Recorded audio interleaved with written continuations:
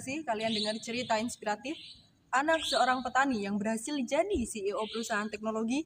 Atau seorang penjual kue yang anaknya sukses jadi dokter?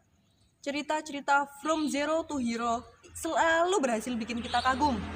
Tapi di sisi lain, kita juga sering lihat kenyataan yang berbeda. Banyak orang yang sudah kerja keras banting tulang, tapi hidupnya seolah gitu-gitu aja. Terjebak dalam lingkaran yang sama dengan orang tuanya. Pertanyaannya, seberapa mungkin sih seseorang bisa naik kelas di Indonesia?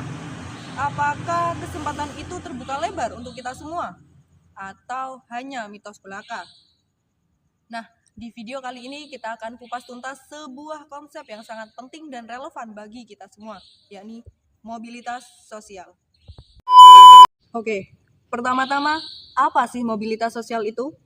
Simpelnya, mobilitas sosial adalah perpindahan status sosial seseorang atau sekelompok orang dalam struktur sosial masyarakat.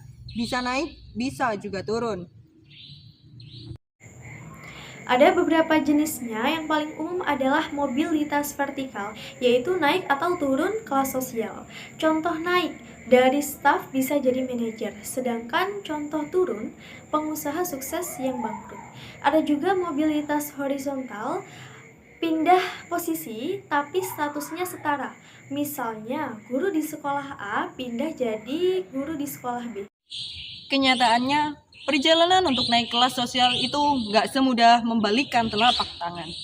Ada banyak sekali tembok penghalang yang membuat mobilitas sosial di Indonesia menjadi tantangan besar. Apa saja itu? Hambatan pertama, akses dan kualitas pendidikan. Ini adalah kunci utama, tapi sayangnya akses terhadap pendidikan berkualitas masih belum merata.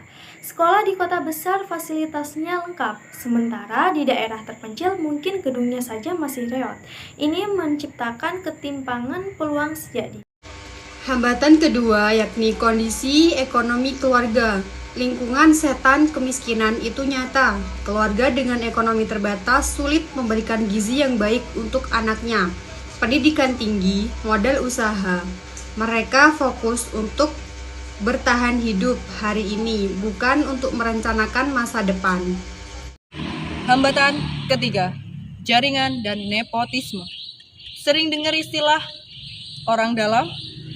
Nah, di banyak sektor siapa yang kamu kenal seringkali lebih penting daripada apa yang kamu tahu. Ini menutup pintu bagi mereka yang punya potensi tapi tidak punya koneksi. Hambatan keempat, diskriminasi struktural. Sadar atau tidak, kadang masih ada diskriminasi berdasarkan suku, agama, gender, atau latar belakang lainnya yang menghambat seseorang mendapatkan pekerjaan atau promosi yang layak. Faktor-faktor inilah yang membuat tempat kita berpijak jadi lengket. Sulit sekali untuk melompat lebih tinggi jika lantainya terus menahan kita. Waduh, kelihatannya suram banget ya.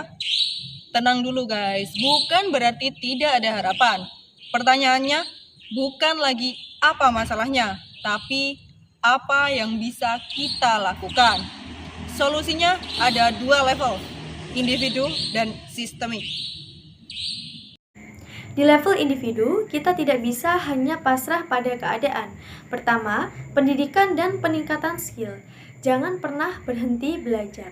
Manfaatkan internet untuk ikut kursus online. Dapatkan sertifikasi baru dan kuasai skill yang relevan dengan zaman sekarang.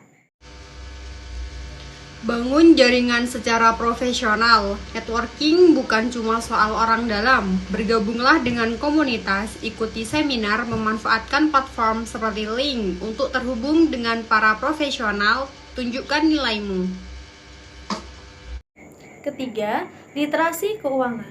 Belajar mengelola uang, menabung, dan berinvestasi sekecil apapun itu. Ini adalah cara untuk memutus rantai kemiskinan dari diri sendiri. Tapi, usaha individu saja tidak cukup jika sistemnya tidak mendukung. Disinilah peran solusi sistemik dari pemerintah dan masyarakat. Pertama, pemerataan pendidikan. Program beasiswa yang tepat sasaran, Perbaikan infrastruktur sekolah di daerah 3T yaitu terdepan, terluar, tertinggal, dan peningkatan kualitas guru di seluruh Indonesia. Ciptakan ekosistem ekonomi yang adil, dukung UMKM, buka lapangan kerja yang berkualitas, dan pastikan ada upah yang layak, berantas praktik monopoli yang merugikan. Jadi, kembali ke pertanyaan awal. Bisakah anak singkong jadi bos? Jawabannya bisa, tapi sulit. Mobilitas sosial bukanlah sekedar dongeng, tapi sebuah arena perjuangan yang membutuhkan kerja keras luar biasa dari individu. Dan yang lebih penting, dukungan sistem yang adil dan merata. Ini bukan hanya tugas pemerintah, tapi tugas kita semua untuk membangun masyarakat yang lebih adil, di mana asal-usul seseorang tidak menjadi penentu nasibnya. Sekarang aku mau dengar dari kalian. Menurut kalian, apa sih hambatan terbesar mobilitas sosial di lingkunganmu? Atau mungkin kalian punya cerita inspiratif tentang mobilitas sosial? Tulis pengalamanmu dan pendapat kalian di kolom komentar di bawah. Mari kita diskusi. Kalau kalian suka dengan pembahasan seperti ini dan merasa video ini bermanfaat, jangan lupa untuk like, share ke teman kalian, dan yang paling penting, subscribe channel ini agar kita bisa terus belajar bareng. Ingat, masa depanmu bukan ditentukan oleh dari mana kamu berasal, tapi kemana kamu akan dan mau melangkah. Terima kasih sudah menonton, sampai jumpa di video berikutnya.